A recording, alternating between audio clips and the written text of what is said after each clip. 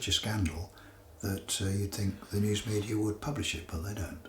Looking in on the medical profession from the outside, you'd think a large proportion of doctors would have realised the number of patients either getting sick or even dying as a result of drug prescriptions, and would find it unconscionable to remain silent. Why do you think it is that so few doctors seem to realise the harms the drugs are doing to patients?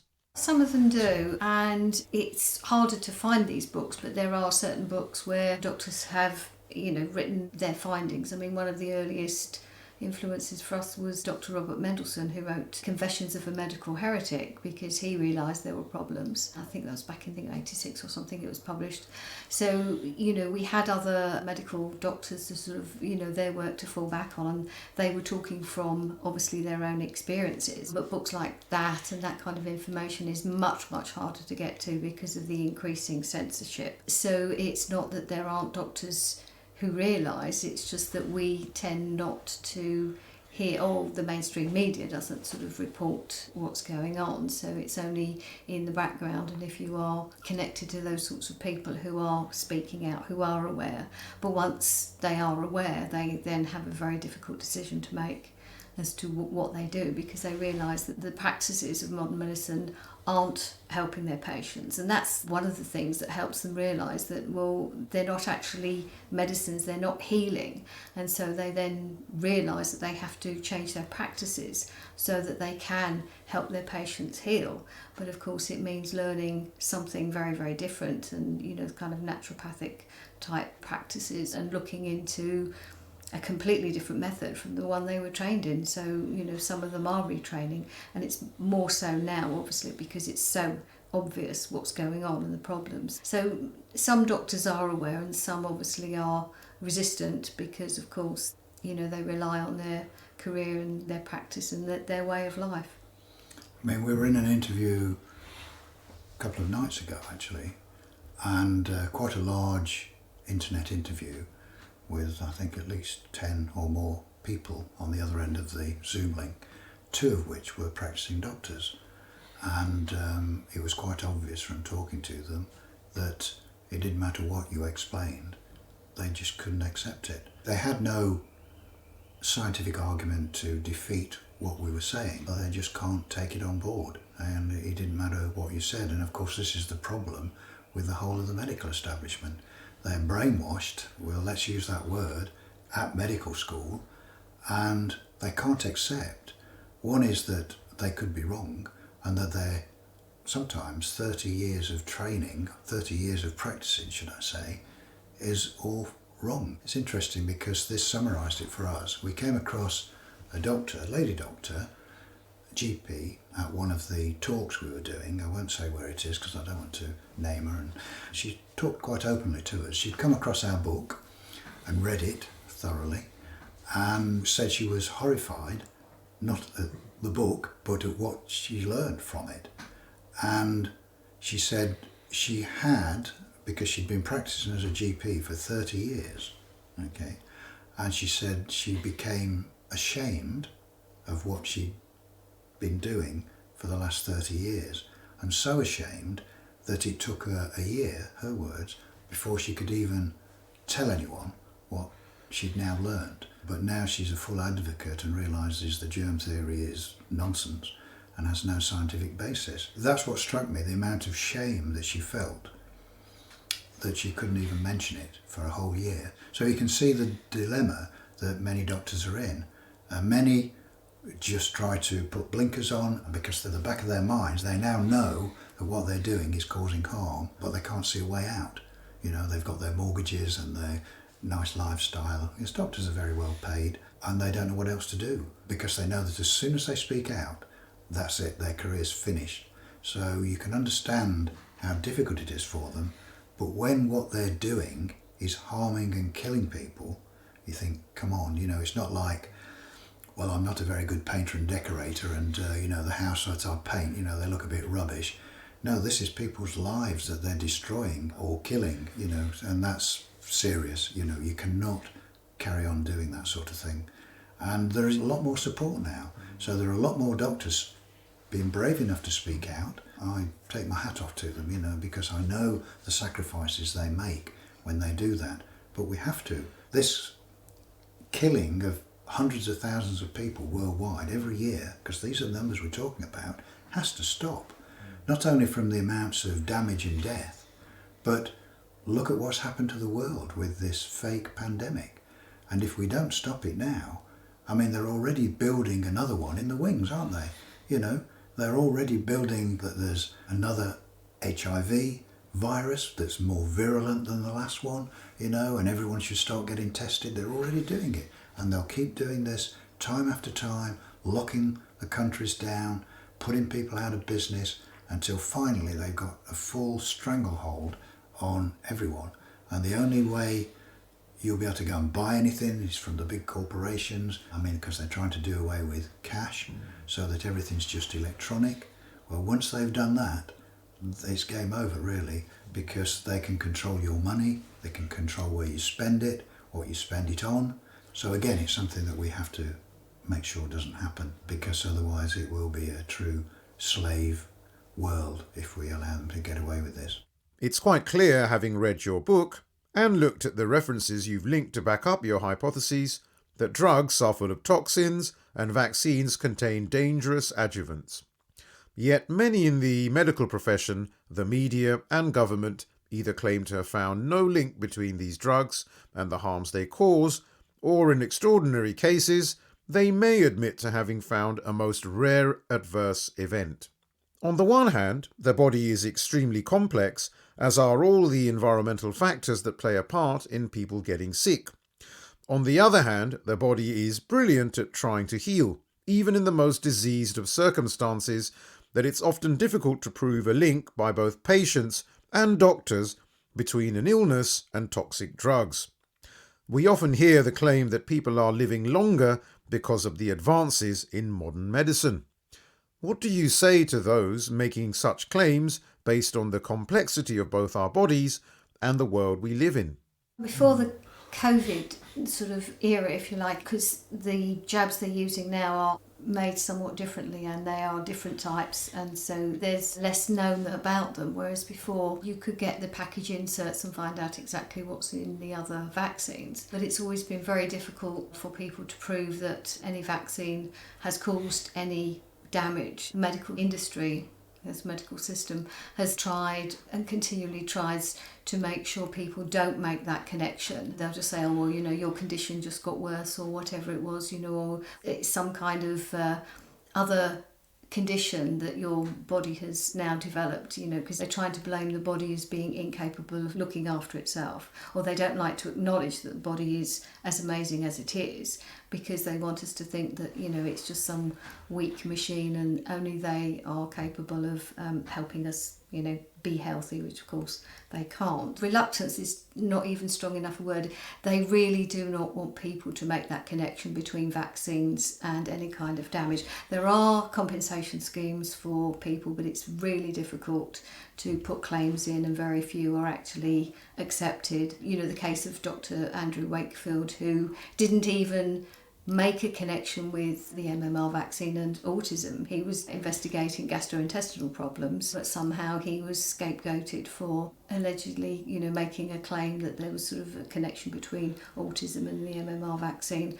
And look what happened to him. So he was held up as an example, and obviously for the purpose of scaring up all the other doctors for being able to make that claim. And it's certainly not taught in medical school that these symptoms could be the result of vaccine damage. So they really do not want people to know that. But as I say, the COVID so-called jabs are somewhat different. The ingredients are less known. They are certainly harmful. We know that from the thousands of deaths around the world and the millions of people who've been harmed.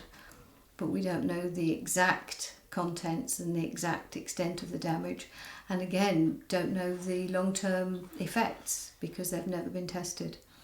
I often say, just to concentrate people's minds, that in a doctor's surgery, if they drop the hypodermic with the vaccine, if they drop it onto the floor and it breaks, their protocol is that they have to go into toxic waste disposal mode.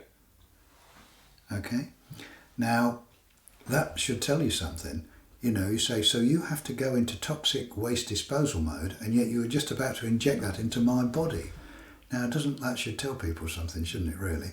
And but but as I say, that's probably why doctors are not informed about what the full content of vaccines are. But when you look at them, as I say, mercury, formaldehyde, aluminium, all of these things are toxic, and many more.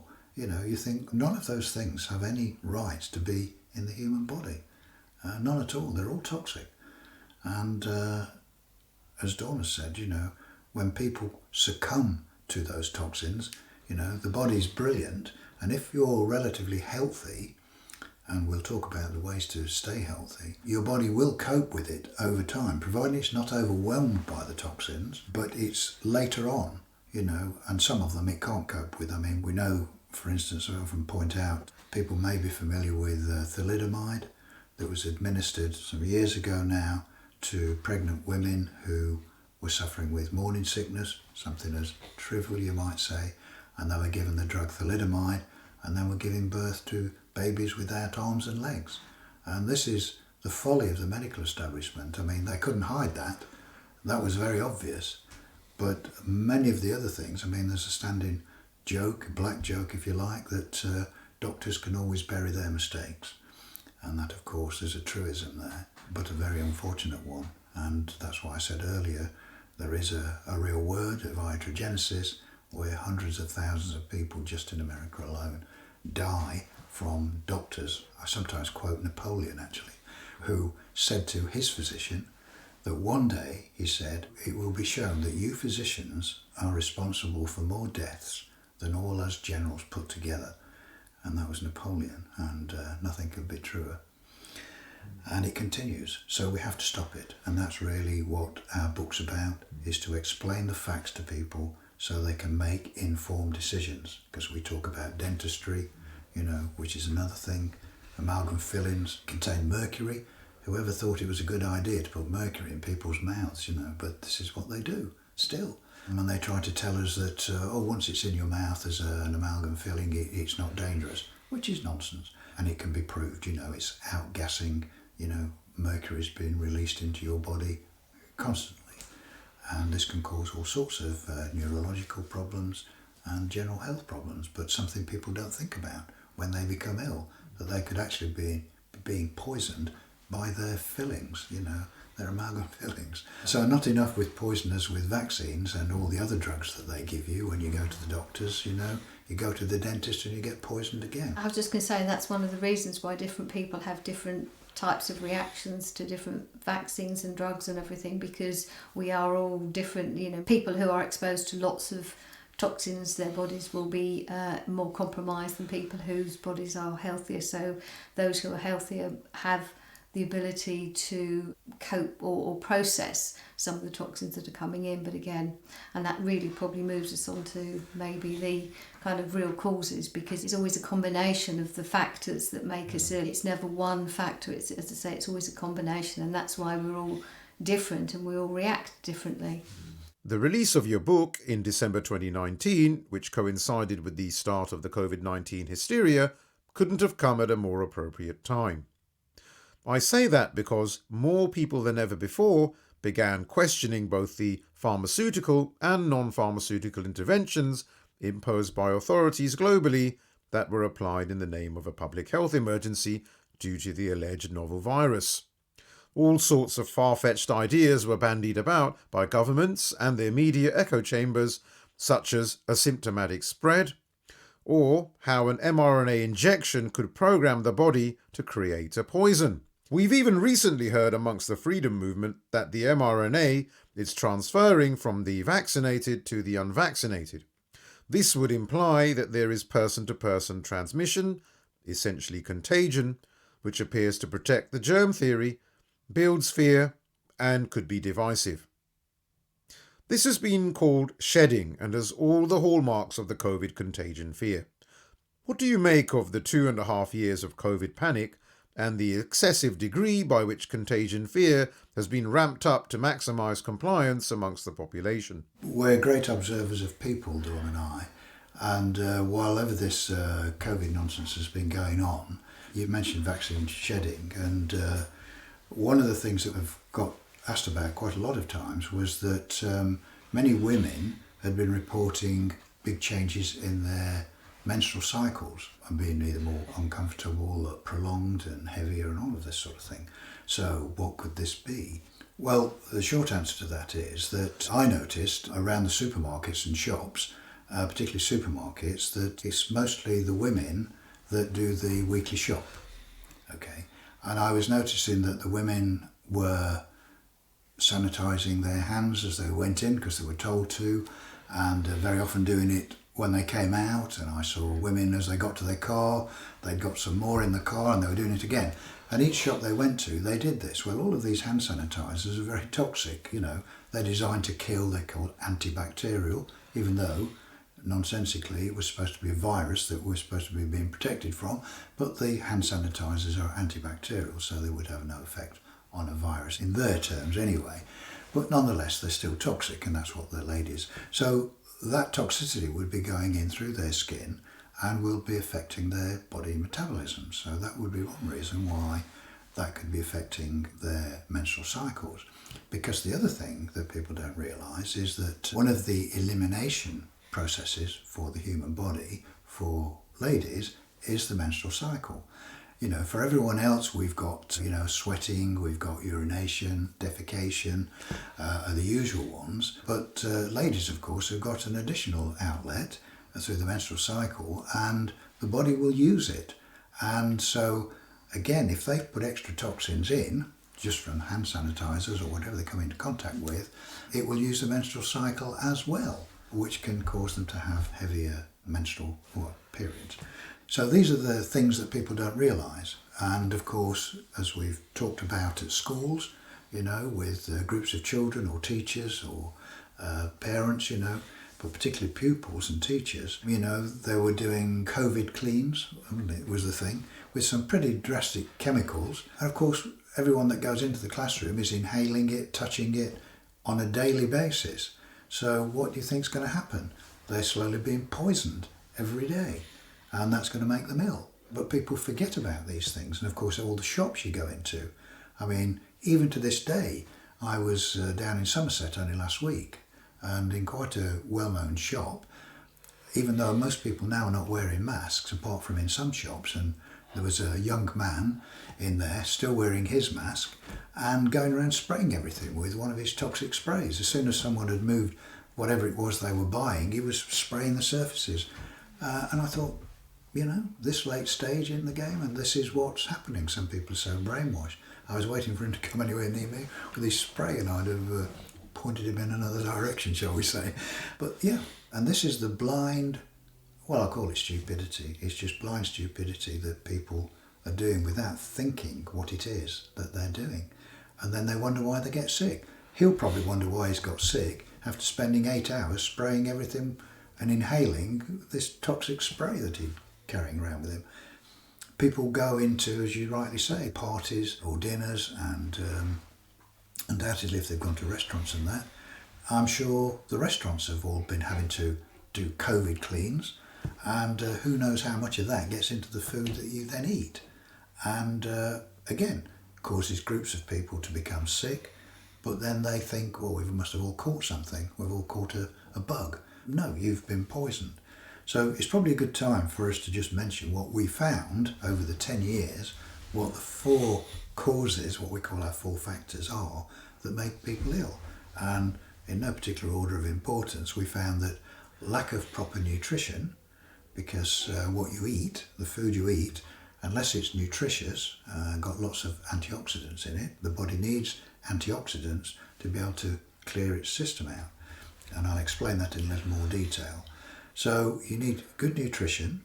To get good nutrition, that consists of fresh fruit and vegetables, not processed food, not even if it says vegan on it.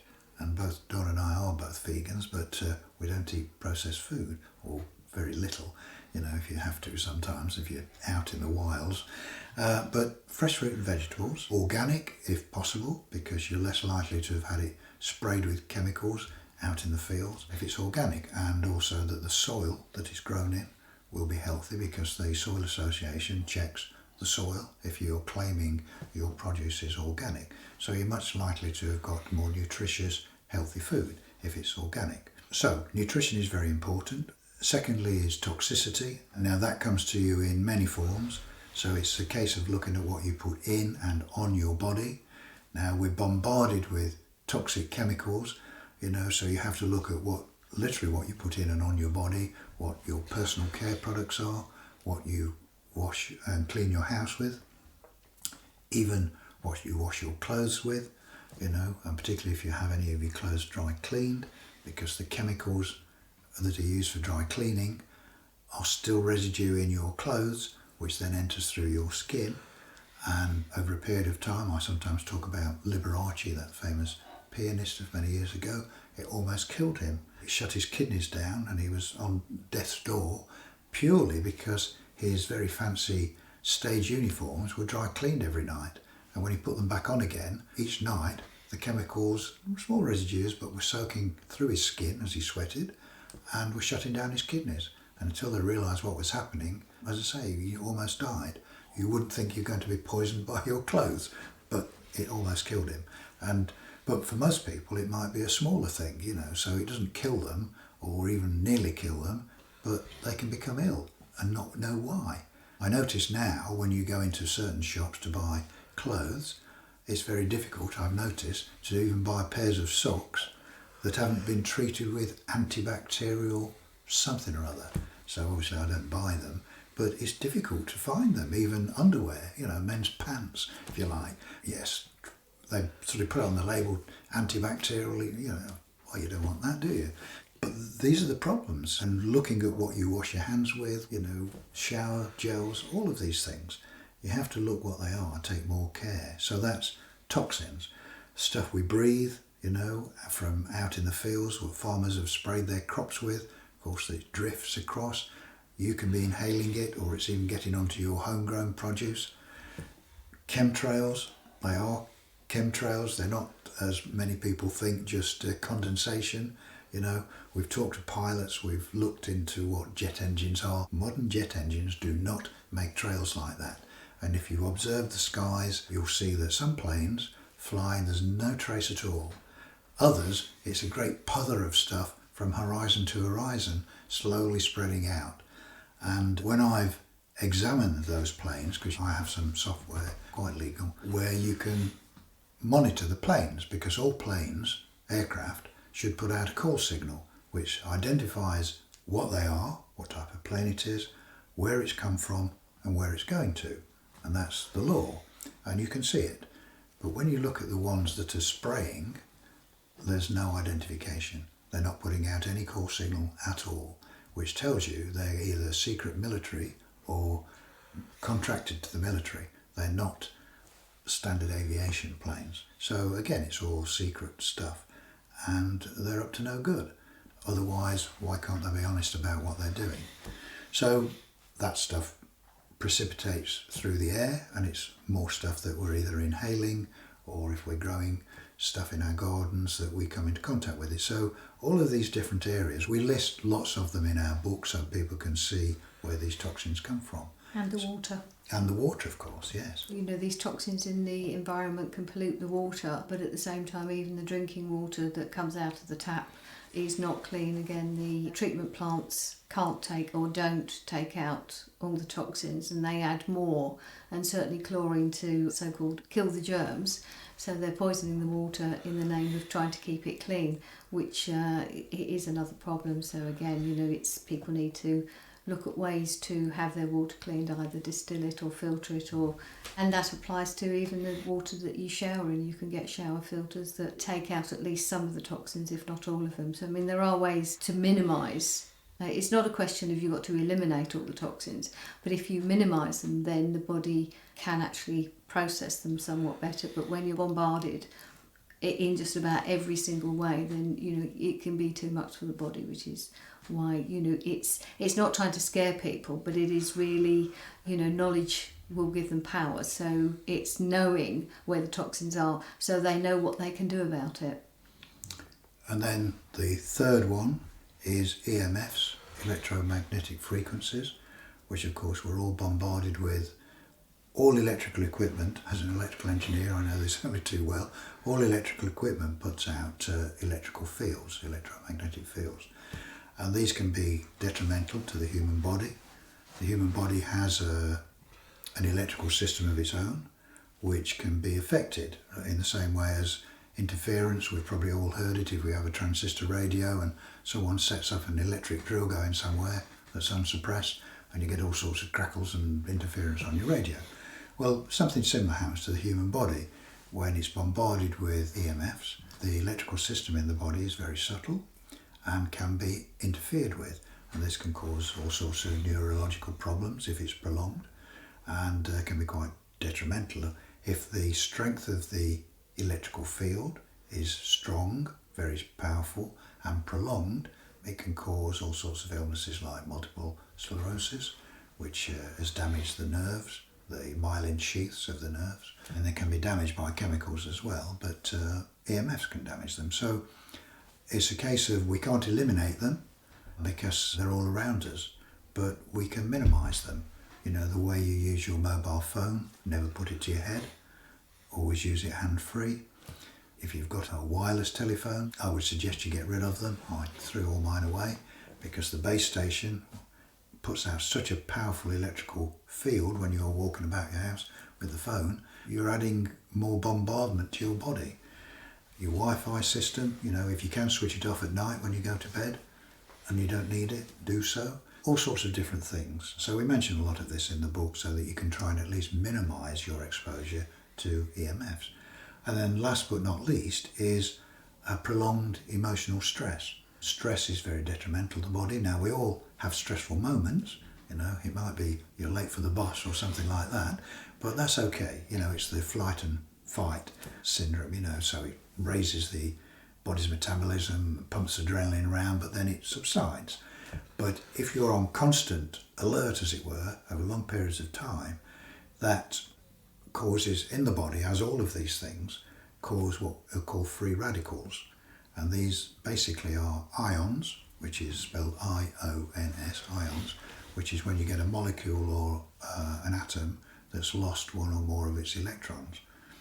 That's why you hear things like ionizing radiation, which is it's knocked an electron off an atom. You know, so we think of radioactive things, which are ionizing radiation. But normally electricity is classed as non-ionizing radiation, but it can cause problems and does cause problems. So the body, when it's bombarded with these things, produces these ions, but they can be mopped up by our friends antioxidants. So we come back to nutrition.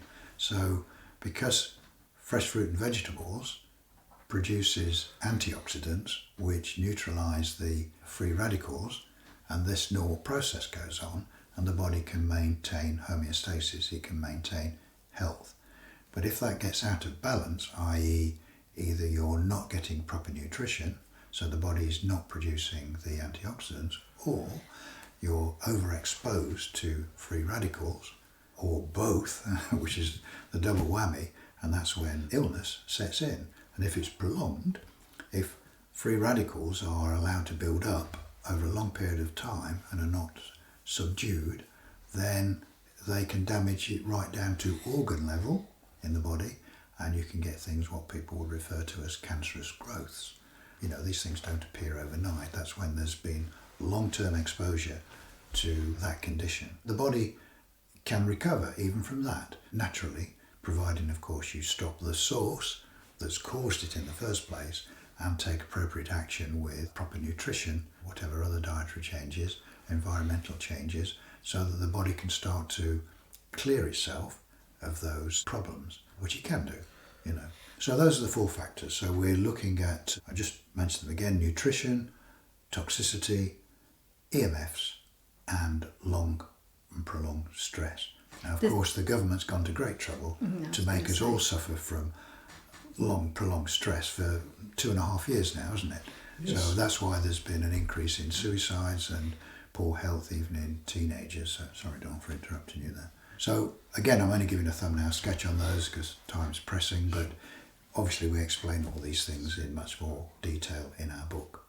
I was just going to make the point of when we say stress, it's not just what we normally think of as stress. It does include fear, which is the state that most people have been kept in, with this constant fear-mongering, scaremongering of all these different stories of so-called cases, and we won't go around that one again, but it's, the cases and all these other different supposed diseases that are going around that we can catch, which is why it's so important for people to realise that there are no so-called diseases they can catch, which reduces the fear, and that certainly helps them reduce the level of one of the 4 factors that, they do have more control over their own health. So they're not just subjected to what's going on outside of themselves, which is really what the agenda is intended to do, to make us fearful, whereas this is about understanding that we don't have to be fearful because there are no invisible enemies out there,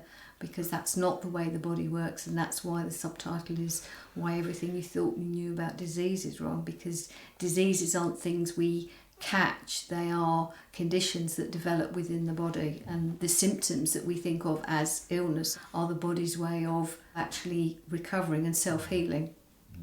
Most of the symptoms that people see and have, even the common cold, is a detox.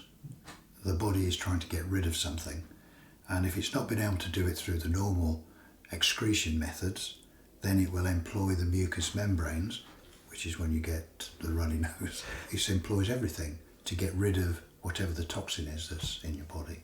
So all of these symptoms are really the body's detoxification and healing, but because the medical system doesn't understand these things, it decides it wants to treat it with drugs, which just suppress those symptoms, which is the worst thing it can do. It's literally preventing the body from healing itself, which then either stores those toxins up in the body, and then it becomes a chronic situation later on in life.